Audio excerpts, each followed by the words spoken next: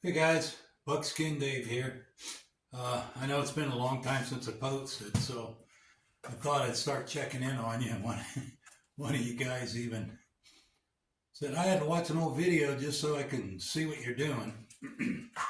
Anyway, it's been a really busy summer so far, and I know summer for only started a week ago, but um, I've had some difficulties with different things. One of the biggest problems I'm having right now is my well is we're kind of starting to enter this drought, and I kind of believe it started a little bit even last year, and my well started acting up. And what we kind of figured out is it's a deep well, and when they drilled it, they went through water. It's like a 300-foot well, and they went through water at like 80 feet. Then they went through water at 100 feet, and then they finally hit water at just before 300 feet, and that's where they put the pump. Well, these other two water sources may have run dry, and it's limiting the amount of storage that I have. It's only a 4-gallon-a-minute well, but without that extra storage, I got to be careful because I can run it out, and then the pump's running and there's no water. So I've been preparing for that. We've just had about 3 or 4 days worth of rain, and we got a nice sunny day today. So I've been filling up the horse trough and stuff with rainwater that I've captured. And I have another big tank just in case I do run into a problem with that bottom water source drying out. At least have a way of keeping water up here, whether I can catch it with rain or I have to go get it and bring it back. So I've been dealing with that. And also we're right starting into fire season now. This rain kind of has been helpful in wetting everything up, but it'll dry back out pretty quick. And we've had some really hot days up to it. So I'm preparing. If you saw one of my videos way back, I set up one of those electric generators so that I can power the house. What I'm concerned with mostly is a fire might start up and burn down a power line somewhere and be without power for a while. So it's okay right now because I can keep it charged by plugging it into the grid. But if the power goes down, I plan on putting some panels on it so I can charge it with the panels and keep power for several days if I have to. So that was another thing I've been messing with. And then I got this generator. It's a gasoline generator. I've had it. I bought it back in the Y2K scare. And I've used it quite a bit for different projects and stuff. And I went to get it started to be able to charge my generator, my electric generator, if I had to. And I took the carburetor apart because it had filled up with water, and it was inside, but I guess condensation. So anyway, I took it apart, cleaned it out, ended up with these big fat fumbly fingers that don't work anymore, dropped the screw down in the carburetor. So then I had to take the whole thing apart. I ended up taking the heads off of it. And of course, you take the wrong head off anyway first. And I finally got that screw out, and then I put it back together, and I was running it, and now it was leaking oil really bad. So I had to take it all back apart again. And the thing was designed so you can't just take it apart like a car engine, where everything is kind of separated, and you can take a head off without having to take this off or that. Not this thing. So anyway, I finally got that thing running and working perfectly. It kind of resisted really hard. So, and then in between that, I've also been doing some animal damage work, and I was working a badger project. And you guys, one of my last videos, we went out, and I might have some old video, and so I thought if you want, we'll go check that out real quick. It's a nice sunny day. It's supposed to start raining and thunderstorms and all that stuff tomorrow. So I got a day to maybe do a little shooting. I was thinking of shooting my 1886. So let's go out in the field, take a look at this badger drop I was doing, and then we'll come back and talk about the 1886 and maybe throw a little lead at some steel. Okay, so I only caught one. The one that was peeking out of that other hole, believe it or not, he ain't in the trap. He was just peeking out. This guy was in the trap. So, yeah. Hell, I thought he was in a trap peeking out of that hole. I'd have shot him if I didn't know that. But I'll just reset these traps. I'll catch him tonight. Okay, so I only caught one. The one that was peeking out of that other hole, believe it or not, he ain't in the trap. He was just peeking out. This guy was in the trap. So, yeah. Hell, I thought he was in a trap peeking out of that hole. So anyway, that first one, even when I walked up, he was still in the hole. I tried to I don't know if you could have seen it, but he wasn't on a trap. I figured he was on a trap. They don't usually hang around and look at you. But the other one was on a trap, and he was right there. So I reset him, and I sat and waited to see if he'd pop out. And usually once you mess around there, they won't come out for a little while. So we'll see what happens. Anyway, man, the squirrels have bloomed. You know, I had it to where you could drive around here and not see a squirrel, but all the little ones, I call it blooming, all the little ones start coming out again.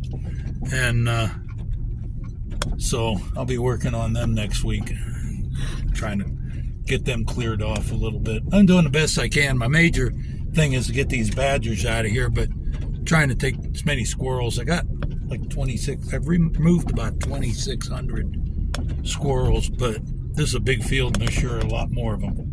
So anyway, back to the shop. Anyway, I hope you enjoyed spending a little bit of time in the field. That's been on there it's been on the camera for at least a month or so, and I've kind of slowed that job down now. I got it like 15, 16, I don't even remember, I have to look in my book, 15 or 16 badgers that I removed from that pasture, and they're going to keep coming back, and I'm sure I didn't get them all. It's really big chunk of land, and but it slowed down a little bit, so now I just get a call now and then when somebody either sees one or sees some new damage, and then I'll go out and see if I can collect them off of there. So anyway, that's just another thing that's been taking. So the 1886, it's one of my favorite guns. One of the things, this one here started out life as a 4570, and I was shooting so much 4590 with my single shots and my black powder guns that I went ahead and extended the chamber out to 4590. I don't know if that was smart or not as far as keeping the value of the gun, but it's not a vintage gun. It's a Japanese made 1886. What I like about the 1886 in this particular one is I make these bullets that are 425s, and this bullet is a gas check bullet, and it's kind of neat because you can shoot your smokeless powder out of it, and that gas check protects the base of the bullet. The thing that's nice about the in the 4570 or the 4590 is I don't have a mold for it, but this is this bullet is a 500 grain, and it's a laser max. And unlike the bullets that I shoot out of the single shots that they stick out of the case quite a bit more, these ones here, they stick out the same, or close enough to the same, that they'll work through the action. So it's a really good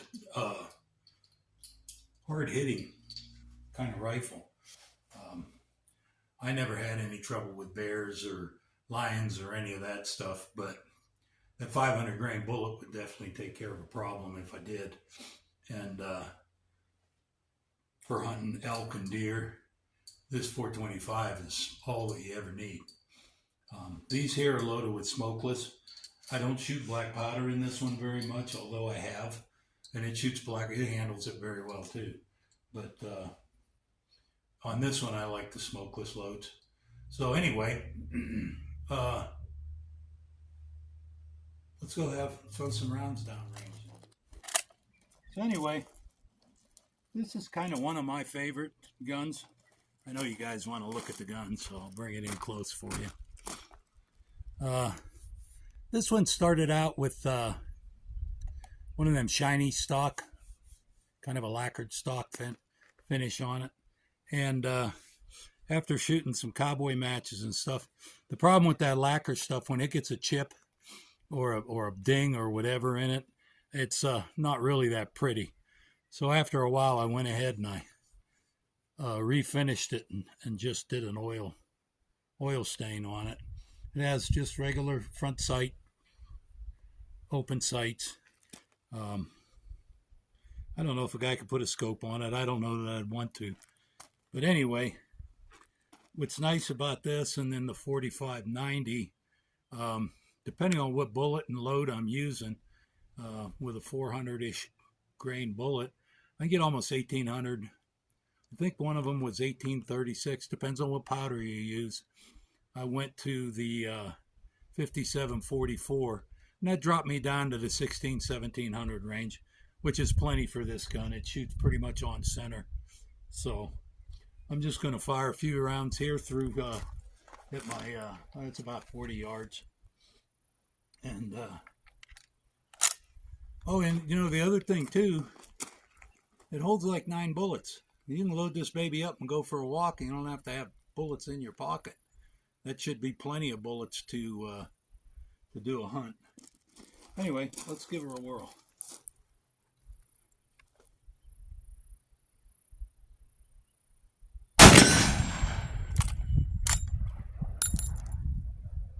Well, that's pretty much right.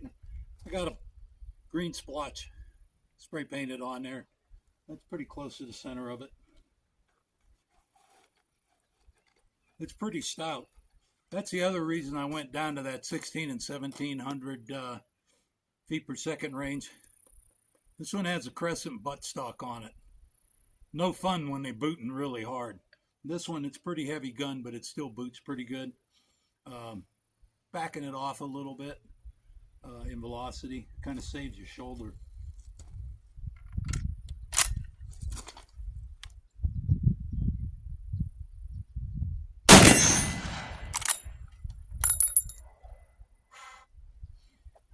I'm shooting smokeless powder. It's just an old habit. It's just like I say, it's just one of my favorite guns.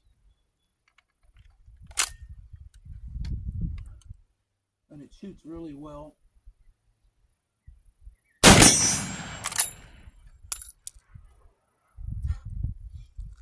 Just got my new lenses, so I'm getting a little better focus than I was a couple of months ago.